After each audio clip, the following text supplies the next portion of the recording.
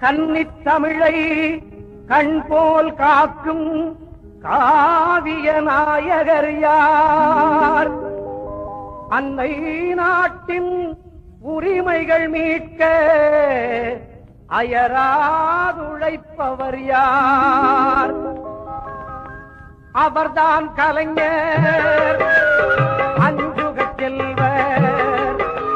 அவர்தான் கலைஞர் அஞ்சுகச் செல்வர், அருந்தமிழினத்தின் தலைவர், இனி வருங்கால வரலாற்று புலவர். அவர்தான் கலைஞர் அஞ்சுகச் செல்வர், அருந்தமிழினத்தின் தலைவர், இனி வருங்கால வரலாற்று புலவர்.